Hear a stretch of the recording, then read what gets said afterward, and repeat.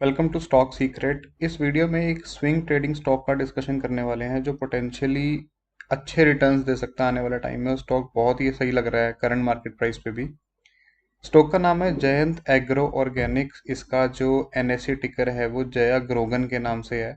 अगर आपको याद हो, मैंने लास्ट टाइम जब ये स्टॉक डिस्कस किया था तो एकदम रॉकेट हो गया था और उस टाइम भी हमें 50% रिटर्न स्टॉक में मिल गया था। एक बार इस वैल्यूएशन पे, इस लेवल पे स्टॉक फिर से अच्छा लग रहा है, तो इसका एक बार जल्दी से प्राइस एक्शन डिस्कस कर लेते हैं। सबसे पहले चलते हैं ईयरली के टाइम फ्रेम पे। देखिए, ये जो स्टॉक था लगभग 2017 में कुछ 50-60 रुपए से ये स्टॉक 550 रुपए तक गया था। या और उसके बाद ये स्टॉक यहाँ से सीधा दोबारा अपने वापस वाले उसी लेवल पर आ गया था। तो आप देख सकते हैं कि जिसने यहाँ बाय किया होगा उसके लिए कितना अच्छा फॉर्चून क्रिएट किया होगा इस स्टॉक ने, और जिसने यहाँ पे बाय किया होगा वो इस स्टॉक को लेकर रो रहा होगा। इसमें एक चीज समझना और भी जरूरी है कि यहाँ पे बाय करना सबके लिए पॉसिबल नहीं है। ठीक है, तो अगर आपने ये रैली मिस कर दी तो इट्स परफेक्टली फाइन।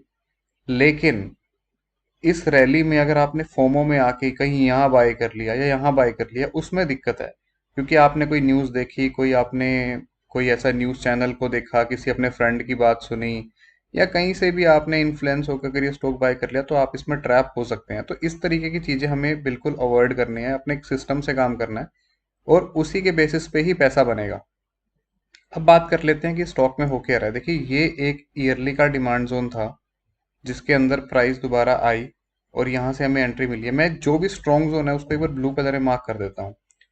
यहाँ एंट्री मिली और यहीं से स्टॉक ऊपर चल रहा है। और ईयरली पे मुझे कोई भी सप्लाई जोन दिख नहीं रहा है। मैं बस एक यहाँ पे एक लाइन मार्क कर लेता हूँ क्योंकि यहाँ पे कहीं ना कहीं ये जो लाइन है यहाँ से कुछ सप्लाई हमें देखने को मिल सकती है। जब स्टॉक ऊपर गया तो इसने कोई खास जोन बनाया नहीं, पर यह है कि जैसे एक ये ग्रीन ग्रीन के बीच में एक रेड कैंडल बनी है। अब क्योंकि ये ईयरली टाइम फ्रेम पे है, मैं इसे एक अच्छा डिमांड जोन कंसीडर कर भी सकता हूँ, नहीं भी कर सकता हूँ, ये आपके ऊपर है। ठीक है, चलो मैं एक बारी के लिए मार्क कर लेता हूँ और फिर देखते हैं कि इसमें हुआ क्या है। जब ये स्टॉक ऊपर गया, नीचे आते हुए इसी जोन में इसने एंट्री दी। मैं 6 मंथ्स के टाइम फ्रेम पे चलता हूँ। देखिए, 6 मंथ्स के टाइम फ्रेम पे मुझे एक चीज समझ में आई कि जब ये स्टॉक नीचे आ रहा था ना, तो इसने यहाँ पे एक सप्लाई जोन फॉर्म किया था। मैं उस सप्लाई जोन को मार्क कर लेता हूँ और इसका बॉर्डर मैं रेड कर देता हूँ ताकि हमें समझ में आए कि क्या हो रहा है। और अगर आप ध्यान से देखें तो कुछ टाइम से हो क्या रहा है कि स्टॉक इसी सप्लाई जोन के अंदर स्ट्रगल कर रहा है, इसको तोड़ ही नहीं पा रहा है। ठीक है, इसको तोड़ ही नहीं पा रहा है। देख लीजिए कितने टाइम से स्टॉक इसी के अंदर ही स्ट्रगल किए जा रहा है। अब एक चीज ये हुई है कि देखो, जोन के अंदर ना स्टॉक ने छोटे छोटे जोन बनाने शुरू कर दिए, डिमांड जोन, यानी कि सप्लाई जोन के अंदर डिमांड जोन्स का फॉर्मेशन होना शुरू कर दिया है। मैं ये जोन मार्क कर देता हूँ, सॉरी डिलीट कर देता हूँ ताकि आपको चार्ट क्लियरली विजिबल हो। अब हुआ क्या, एक टेम्परेरी सा 6 मंथ्स का डिमांड जोन फॉर्म हुआ और उसी के अंदर हमें एंट्री मिल चुकी है अभी करंट लेवल पर। एक टाइम फ्रेम और नीचे चलते हैं और 6 मंथ्स पे भी अगर हम बात करें सप्लाई जोन की, तो देखिए यहीं से एक सप्लाई जोन शुरू हो रहा है। तो ये जो मेरी लाइन है, बस मैं इसी को रहने देता हूँ और मैं इसको चेंज ही नहीं करता अभी। 3 मंथ्स पे चलता हूँ। 3 मंथ्स पे देखिए आप हो क्या रहा है। 3 मंथ्स से मुझे एक समझ आ रहा है, ये जो क्वार्टरली का टाइम फ्रेम है, कि यहाँ पे एक rally, base base base, rally, एक डिमांड जोन क्लियरली फॉर्म हो चुका है। यहाँ पे मैं इसको जरूर मार्क करूंगा। आप देखिए, मैंने ये जोन मार्क कर दिया, इसका बॉर्डर मैं ग्रीन कर देता हूँ।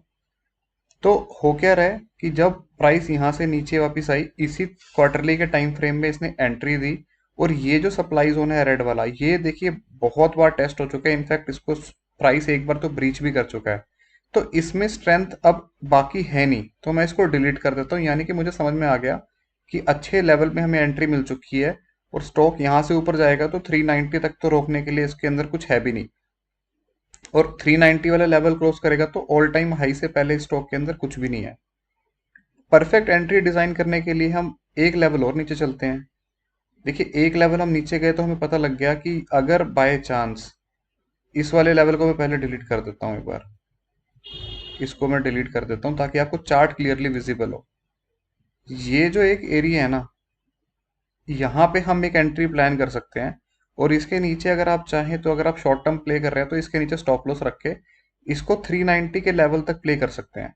और ऑलमोस्ट देखिए, अगर मैं इसको जूम करूं तो ये क्या हुआ, एंट्री यहाँ पे पूरी मिली नहीं है तो यहाँ पे एंट्री मिलती है तो वेल एंड गुड, वरना करंट मार्केट प्राइस पे भी स्टॉक जो है ईएमए के लेवल से ऊपर जाना शुरू हुआ है। यानी कहने का मतलब है कि इसके अंदर करंट लेवल से भी 390 का हमें टारगेट देखने को मिल सकता है। और अगर स्टॉक बाय चांस थोड़ा सा नीचे आता है तो यहाँ पे अगर हम स्टॉप लॉस रखें तो एक अच्छे रिस्क से अच्छे एक रिवॉर्ड के लिए हमें ट्रेड मिल सकती है। देखिए रिस्क कितना है इसमें, रिस्क इतना सा है और रिवॉर्ड कितना है, रिवॉर्ड इसमें इतना बड़ा है। तो लाइनों से ही मुझे पता लग रहा है कि ऑलमोस्ट 1:4 का ट्रेड तो मुझे ये देखने को मिल ही सकता है। तो जया ग्रोगन के अंदर यानी जयंत एग्रो के अंदर मैं बुलिश हूँ और मुझे लगता है कि इसमें आने वाले स्टॉक में अच्छा टारगेट देखने को मिल सकता है। मैंने कंपनी के फंडामेंटल्स भी चेक किए हैं, फंडामेंटल्स में कोई दिक्कत नहीं है। और इसमें हमें बेसिकली करंट लेवल से ही ऑलमोस्ट 55 से 57% के मूव्स देखने को मिल सकते हैं। तो इसे अपनी वॉच लिस्ट में रखिएगा, क्लोजली ट्रैक कीजिए, देखिए कि प्राइस एक्शन कैसे काम करता है। और आप ये भी ऑब्जर्व कीजिए कि किस तरीके से मैं ट्रेड आइडेंटिफाई करता हूँ और आप कैसे उसी अप्रोच को फॉलो करके आप भी पैसा बना सकते हैं। आई होप आपको ये वीडियो अच्छा लगा होगा। अगले वीडियो में मिलेंगे, तब के लिए ट्रेड वेल ट्रेड सेफ।